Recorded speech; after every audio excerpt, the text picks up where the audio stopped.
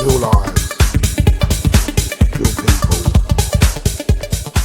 Non-Identity Podcast. The Non-Identity Podcast is sponsored by Limitless Power Boxing. Find them on Instagram for all your boxing needs. Good morning, good afternoon, good evening, whatever time you're watching or listening to this, and welcome to another episode of the Non-Identity Podcast. Now, tonight we're joined by an occupational therapist who works with the elderly in subacute and long-term care settings. It's been Bernice Nemtzov. Welcome to the show. Hi, thank you so much, Lee, for having me. And hi to your listeners in the UK and all over. Thanks for joining us. Before we find out a little more about you, can you just let our audience know what an occupational therapist is, especially in the States? Yeah, absolutely. So, occupational therapy is not something that can be clearly defined, even by our own organizations, whether it's in the United States or in other countries. It almost doesn't matter. If you compare it to physical therapy, which is very clearly defined by their organization, they define physical therapy as movement experts who improve quality of life through prescribed exercises, hands-on care, and patient education. And that's very straightforward. Everyone understands it and everyone knows what it means. On the other hand, we have an organization, our American Occupational Therapy Organization. Their definition of occupational therapy is that OTs help people participate in their desired occupations with the therapeutic use of everyday activities based on clients' personal interests and needs. And I think that is just so undefined and so vague and so not understandable that it has to be broken down. And each time an occupational therapist is asked, what is occupational therapy? They're left to their own devices to come up with their own definition. So I will explain occupational therapy in the United States for geriatrics, according to Bernice. Okay. What I actually do is actually work in rehab with the elderly population. They are coming to us from hospital situations and we offer them rehabilitation. What I'm actually doing with them is I make sure that they can get out of the bed, that they can get washed and dressed. And I don't always make sure. We'll get into that in a minute. But that's what I'm supposed to be doing, and make sure they can get themselves to the bathroom safely. And pretty much that's it in a nutshell. Okay, and what's your background? How did you get into becoming an OT? Right. So I saw my grandmother. She had had a stroke, and what I saw was that she was in therapy with a occupational therapist who actually had a background in horticulture. And my grandmother had had a stroke, but there were other people in that group who had various diagnoses. They were all in that building for rehab, but they were all together on a horticulture project.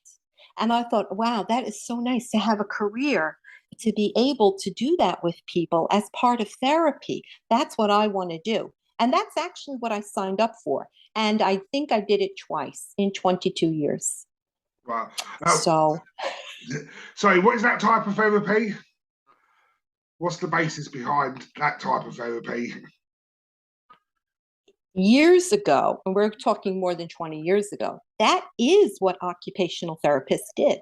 Occupational therapists have their occupational therapy has its background in World War II, helping the soldiers acclimate to civilian life. They Right. found that they had some physical and cognitive issues, and they helped them by giving them small activities to do that were meaningful, so that if a person was a gardener, they would enjoy a horticulture project. But in the case of my grandmother, she was given the horticulture project to rehabilitate her arms, which had been affected by the stroke. So, it was a very meaningful and very useful occupational use of time.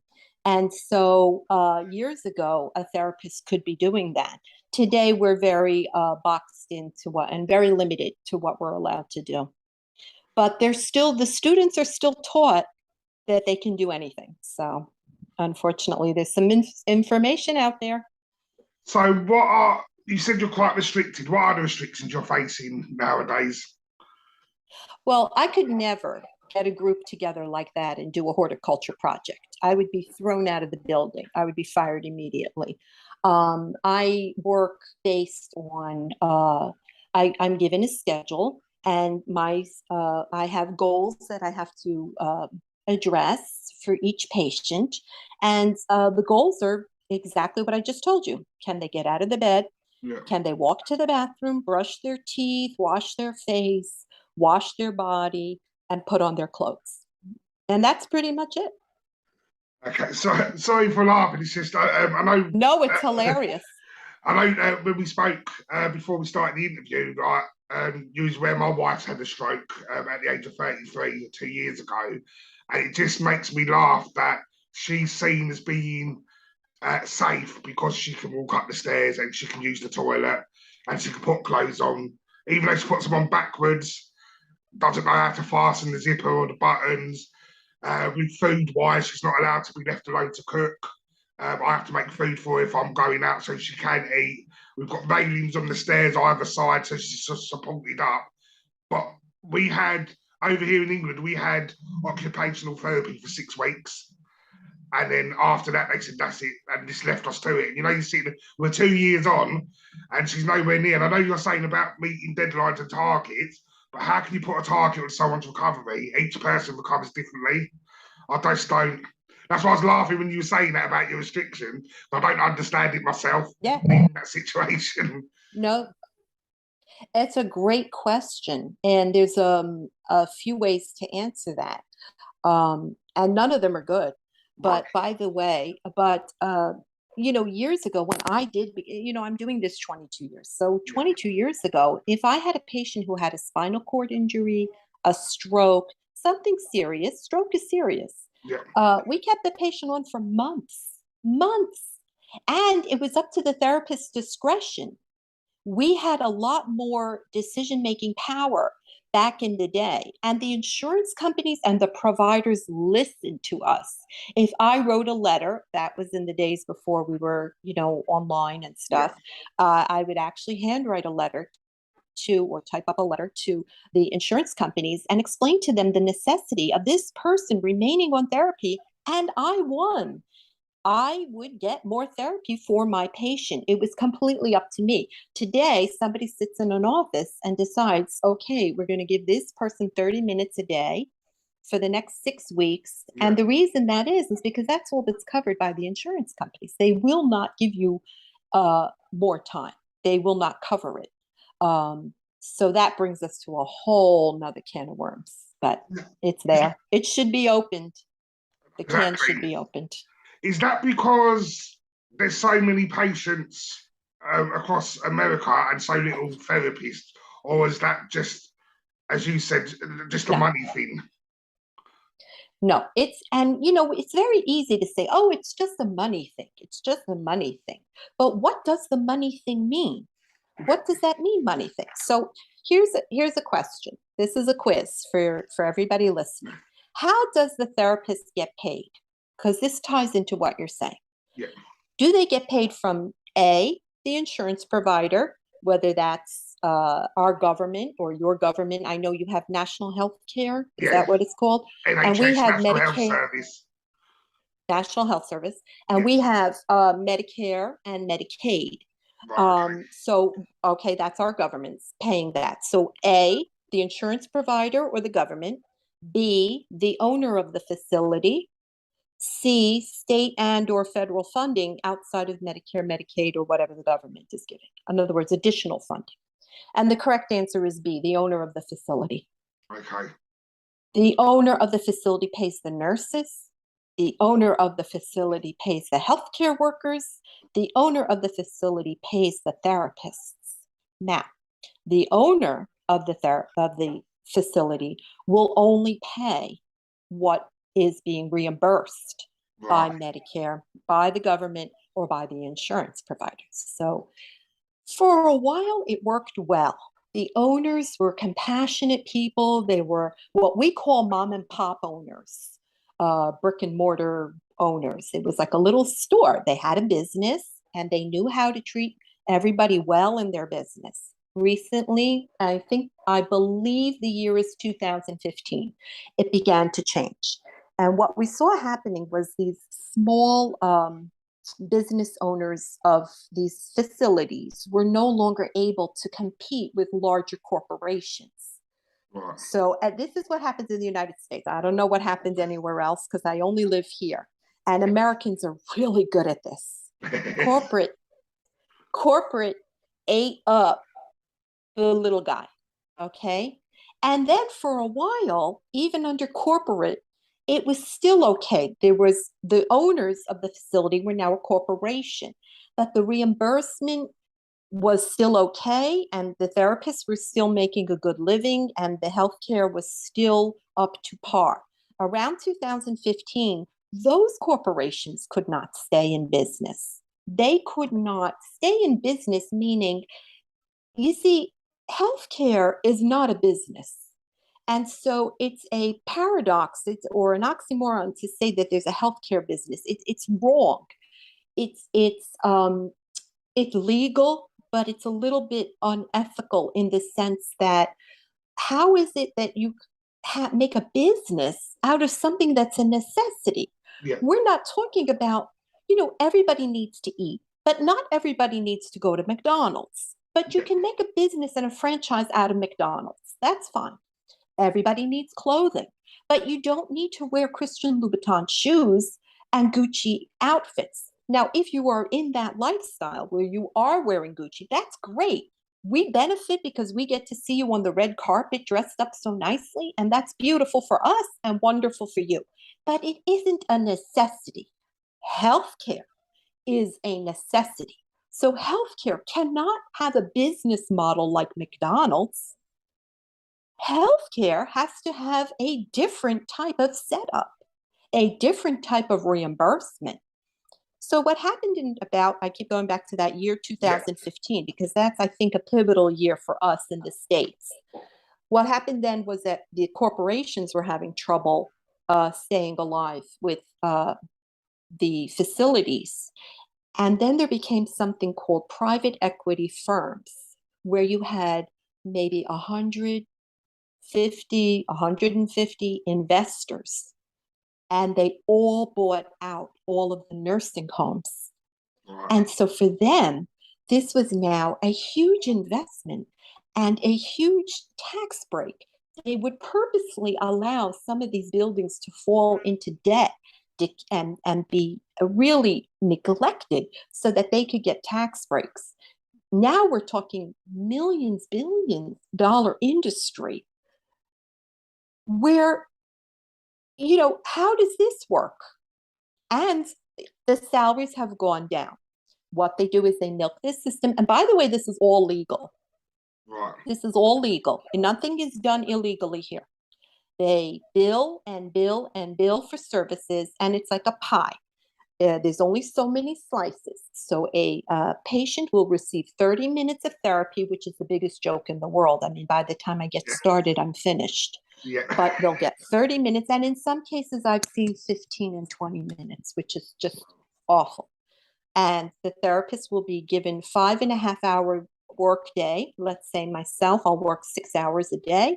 I'll be given 12 patients to see in that 6 hours. I'm responsible for documentation, ordering equipment, and delivering good occupational therapy services. And you can see right there that that's just impossible. No, exactly. It sounds like as well where, as you say, corporations are setting in. So it's people who haven't been on the floor and seen, like people like yourselves who's been involved for 22 years trying to run a care service, and it just don't make sense how a business person could try and run a care situation. It doesn't belong. So you mentioned there a bit about salaries going down. Is it a good profession for pay? Are the salaries good in occupational therapy? Because you think over here in England, you think the term therapist, a lot of like psychiatrists and all that get loads of money. And as you said, because everything's done insurance in America, you automatically think that you guys can charge what you want for your service because it's sort of assumed that the client's paying for it. Is it a good rate pay job?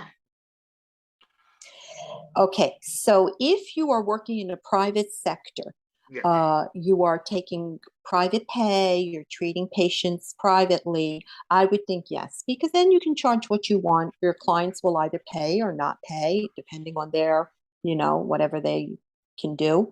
And, then it's all good. Then it's okay, when it's like that. But I'm talking about the majority of therapists who come out of school, they find themselves in facilities, either with pediatrics, and it's the same thing, by the way, with pediatrics. They work on that same business model.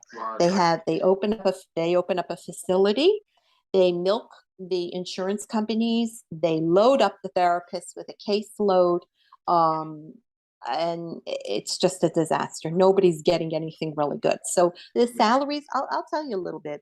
When I came out of school, my first job was $32 an hour. I don't mind speaking about money. They say that Americans don't like to speak salaries, but I think that's the worst thing that has happened to therapists, is that they do not speak about salary.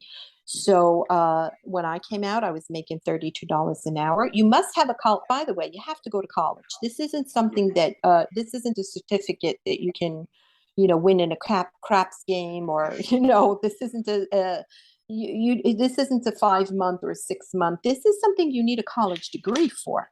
And I have not seen any decline in any area where you need a college degree the way I've seen it happen with physical and occupational therapy. So 32 bucks an hour in my first job, and I would get a raise every year.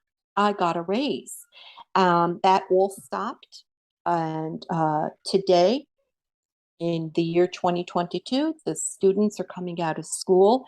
There are occupational therapists with master's degrees. I'm not sure how that translates to your college levels, but it is a 6-year degree. It is the highest level prior to a doctorate. So these people are well educated.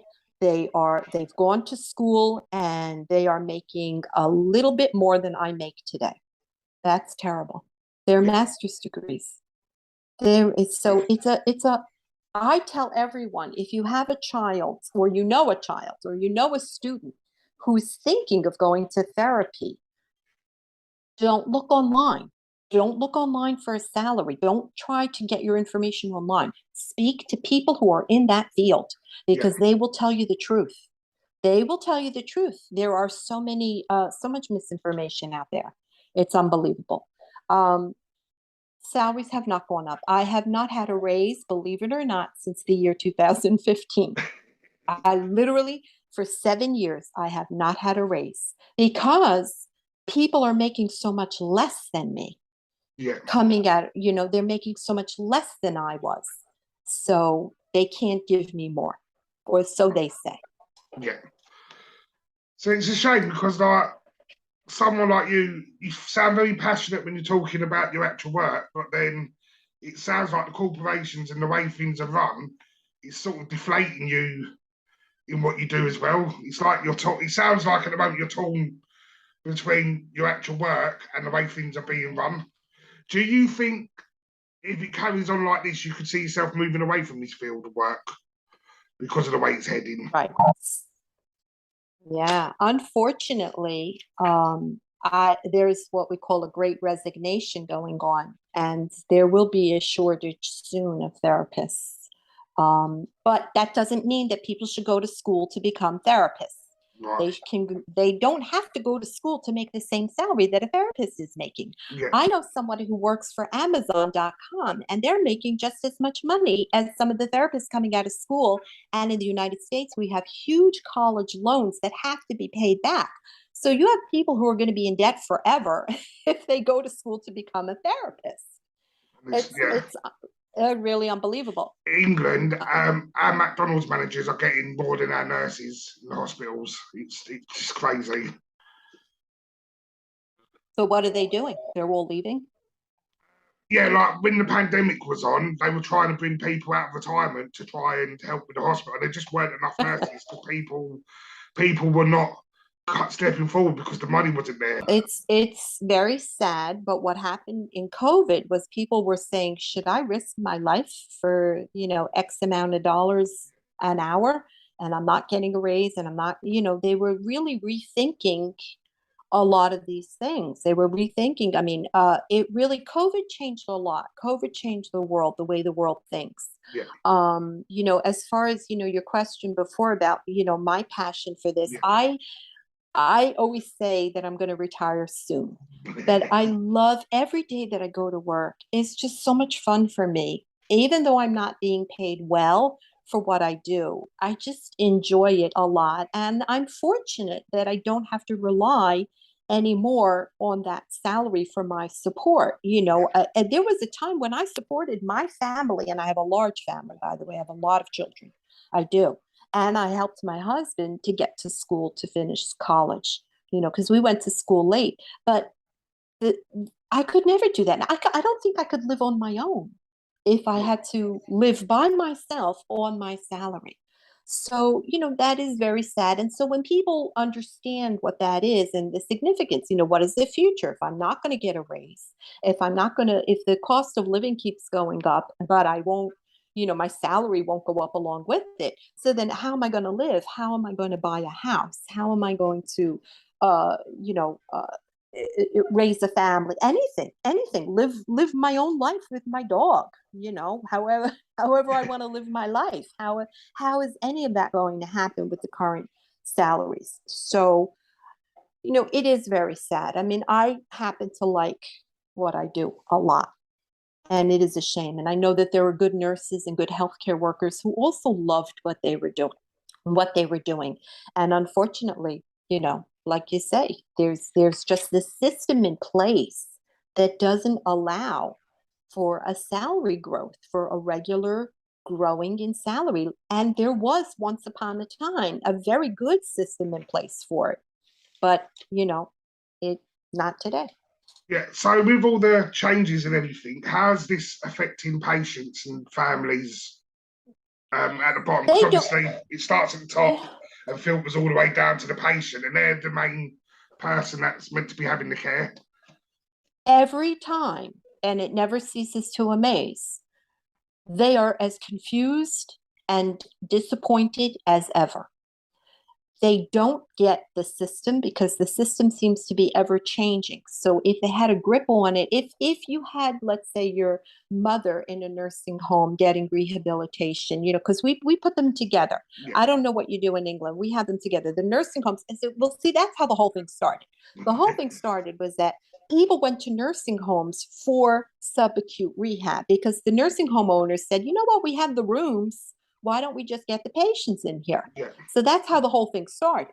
But what happens is if you had a grip on it and you thought you understood the system 10 years ago, let's say your mother was there, and you understood the system, it's completely changed. So that now where your father is there, you got to learn it all over again. And it's a system that just doesn't make sense. What the patient can expect in the United States, they come in, they will have an evaluation by a therapist.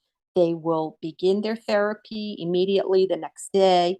Um, and it will be a shorter session or it will be a grouped session, and not the group that my grandmother was in, not the good group with the horticulture where that was fun and that was a beautiful setup room. No, no, no, no, no. It will be a group of mismatched patients that don't necessarily have the same diagnoses, and they will all be seen together for 30-minute increments and just mushed all together so that the therapist can see more patients in the 6-hour time allotted. So instead of seeing 10 and 12 patients for 30 minutes, I'll see 20 patients for 30 minutes in groups.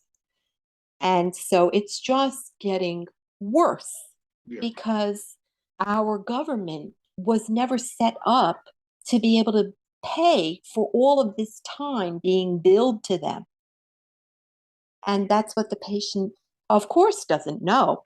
No. And so the patient is expecting normal therapy. Listen, I'm an educated therapist. Why wouldn't they get? They're getting me to come and deliver occupational therapy services, but they're not getting best practice.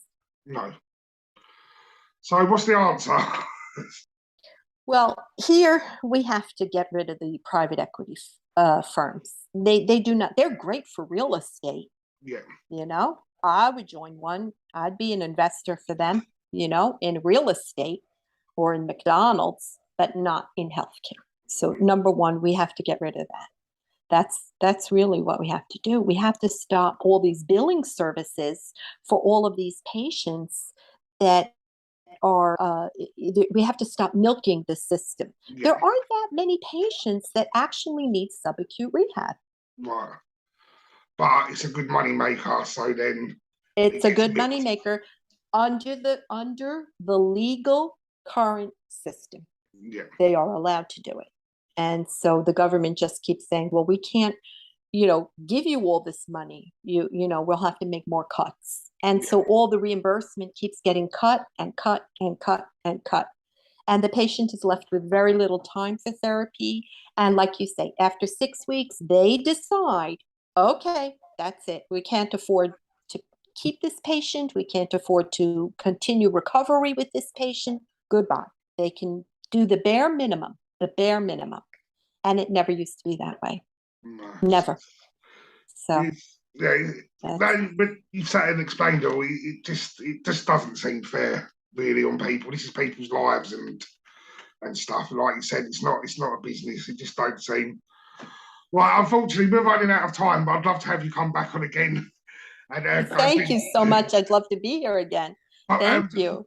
Before we finish, I'm going to ask a question that I ask all our guests. However you answer this won't change your life journey so far, but if you had 30 seconds with your 13-year-old self, what would you say? Oh, I would tell her just, don't get so excited about things in life. Don't let, it's not that important. Remain calm. I was a very nervous 13-year-old. So I see now, things don't rattle me like they used to. And I would tell my 13-year-old self, you know what? You don't have to get so riled up. It's okay. You'll be fine. And the person talking to you will be fine too. No, brilliant. If people want to discuss this further with you, are they okay to reach out to you on Facebook? We put the link in the description. Absolutely. I mean, I'm on Facebook, Bernice Nemtzov. I'm on Instagram, B.Nemtzov, B.Nemtzov. That's the way you can get in touch with me so far. I'm hopefully putting out my own podcast, Listen to Bernice, in September. And that'll be on Anchor as well. Well, thanks for joining us, and maybe we can meet again after Christmas, seeing how your podcast is going as well. Wonderful. Thank you. Cheers. Thank you, everybody. Bye-bye now.